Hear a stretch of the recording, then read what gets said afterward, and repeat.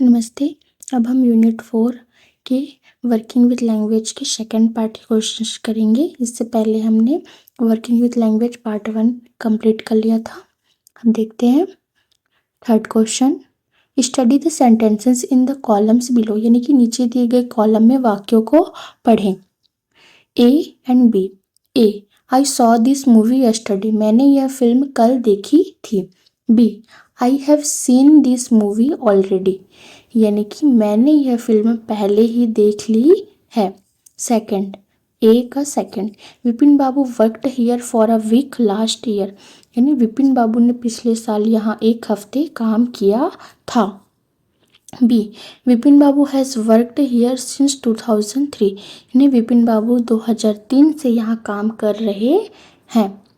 Third, Chunnilal rode to a publisher last week, यानी चुन्नीलाल ने पिछले हफ्ते एक पब्लिशर को लिखा था। B, Chunnilal has written to a publisher, यानी चुन्नीलाल ने एक पब्लिशर को लिखा है। A, I visited Ranchi once long ago, यानी कि मैं बहुत पहले एक बार रांची गया था। B, I have visited Ranchi once before, यानी कि मैं पहले भी एक बार रांची जा चुका हूँ। तो आपको क्या कह रहा है? Compare the sentences in the two columns, specially the verb form. Answer the following questions about each pair of sentences, यानी कि दोनों कॉलम के वाक्यों की तुलना करें, खासकर वर्ब फॉर्म्स के। वाक्यों के हर जोड़े के बारे में नीचे दिए गए सवालों के जवाब दें। ओके, आप यहाँ पे अपनी बुक अपने पास रखिएगा।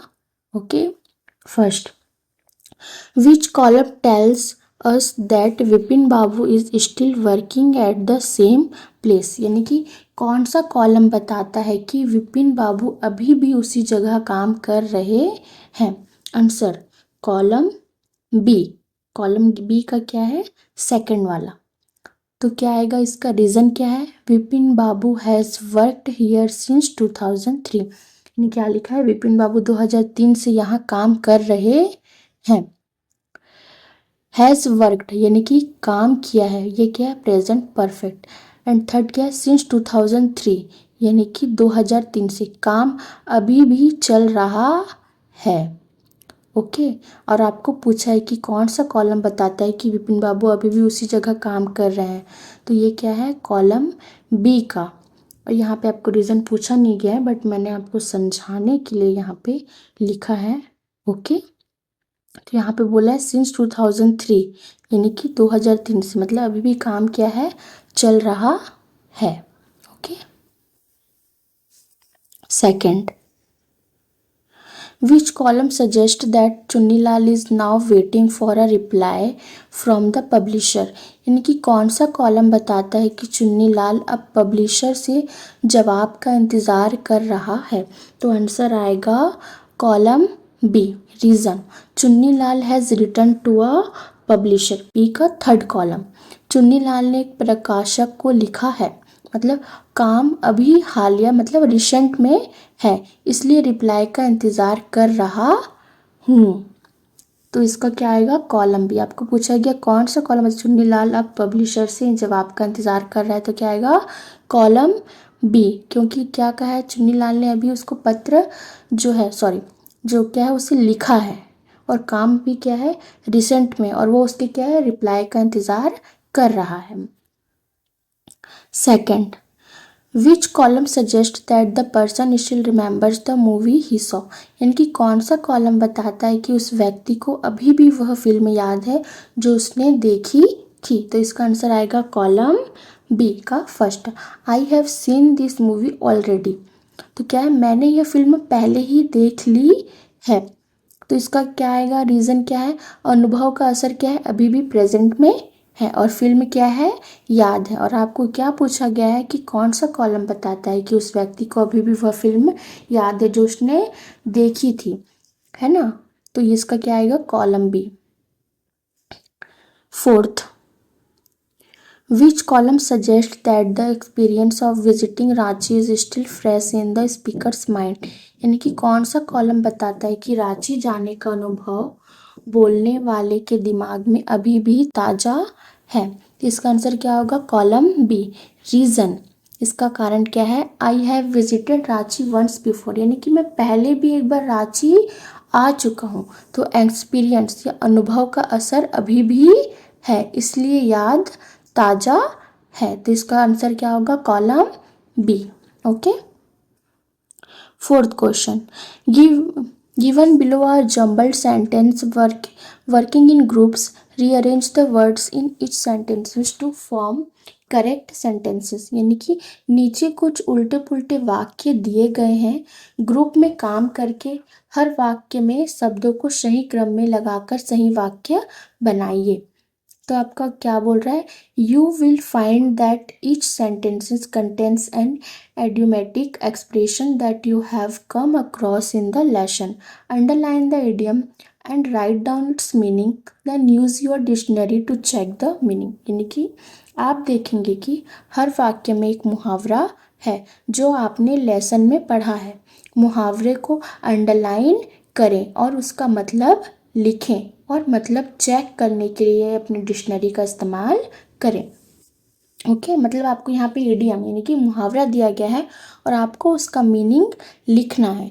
One sentence has been worked out for you as an example, यानी कि एक वाक्य आपके लिए उदाहरण के तौर पर हल किया गया है। यहाँ पे आप देख सकते हैं जम्बल्ड सेंटेंस, यानी कि जो क्या होता है उल्टा पुल्टा वाक्य, आपको उसे मतलब अरेंज करना, रीअरेंज करके लिखना होता है। तो यहाँ पे पहले क्या दिया है जम्बल्ड सेंटेंस में? Vanished the car seemed to into thin have hair. उल्टा पुल्टा वाक्य क्या है? गायब हो गई कार, ऐसा लगा कि हवा में हो गई। तो इसका रीअरेंज क्या होगा? मतलब सही line, the car seemed to have vanished into thin air, यानी कि कार हवा में गायब हो गई। यहाँ पे वैनिश्ड यानी क्या होता है? गायब हो जाना। तो कार हवा में क्या हो गई? गायब हो गई। तो इसका इडियम क्या होगा? Vanished into thin air. तो मुहावरा क्या है? हवा में गायब हो जाना। तो उसका इंग्लिश में क्या है? Vanished into thin air. और इसका मीनिंग क्या होगा? डिसअपियर्ड और वैनिश्ड इन अ मिस्टीरियस वे, यानी कि रहस्यमय तरीके से गायब हो जाना। जैसे कि आपको इसमें पूछा है कि आपको सेंटेंस को रीअरेंज करना है, फिर आपको उसमें से आपको मुहावरा यानी कि इडियम क्या है वो बताना है और उसके बाद आपको उसका मीनिंग लिखना है। ओके, तो हम स्टार्ट करते हैं फर्स्ट वाले से। फर्स्ट में क्या दिया आपको? Stop and tell me beating about what you want the best. तो इसका आंसर क्या होगा? इसे अगर हम रीअरेंज करेंगे तो stop beating about the bush and tell me what you want, यानी कि घुमा फिरा कर बात करना बंद करो और मुझे बताओ कि तुम क्या चाहते हो। तो इडियम क्या होगा इसका? यानी कि मुहावरा बीटिंग अबाउट द बस, यानी कि घुमा फिरा कर बात करना। ओके, इसका मीनिंग क्या होगा? Avoiding the main point and not speaking directly, यानी कि मुख्य बात से बचना और सीधे बात ना करना। Okay. Second, don't pay if you attention you might the wrong train to the announcement board. अगर आप घोषणा पर ध्यान नहीं देंगे तो आप गलत ट्रेन में चढ़ सकते हैं। तो इसका आंसर क्या होगा? इसका रीअरेंज करेंगे तो क्या होगा? If you don't pay attention to the announcement board you might take the wrong train, यानी अगर आप अनाउंसमेंट बोर्ड पर ध्यान नहीं देंगे तो आप गलत ट्रेन ले सकते हैं। तो इसका इडियम क्या होगा? पे अटेंशन, यानी कि ध्यान देना। और इसका मीनिंग क्या होगा? टू लिसन और वॉच केयरफुल, यानी कि ध्यान से सुनना या देखना। Okay. Third, the villagers tried the crime on the young women to pin. Answer इसका रीअरेंज क्या होगा? The villagers tried to pin the crime on the young women, यानी कि गांव वाले ने उस जवान औरत पर जुर्म का इल्ज़ाम लगाने की कोशिश की। तो इसका मुहावरा क्या होगा? Idiom pin the crime on, यानी कि किसी पर जुर्म का इल्ज़ाम लगाना। इसका मीनिंग क्या होगा? To falsely blame someone for something wrong, यानी कि किसी गलत काम के लिए किसी पर झूठा इल्ज़ाम लगाना। Okay. Next, Vipin Babu orders to telling people under loved doctors it early that he was, यानी कि Vipin Babu loved telling people that he was under doctor's orders to eat early. यानी विपिन बाबू को लोगों को यह बताना पसंद था कि डॉक्टर ने उन्हें जल्दी खाना खाने के लिए कहा है। तो इसमें इडियम क्या होगा? अंडर डॉक्टर्स ऑर्डर, यानी कि डॉक्टर के कहने पर। इसका मीनिंग क्या होगा? फॉलोइंग मेडिकल एडवाइस, यानी कि मेडिकल सलाह मानना। ओके,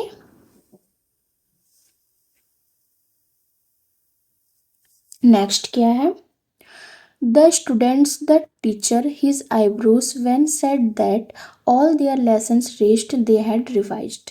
तो इसका rearranged क्या होगा आंसर?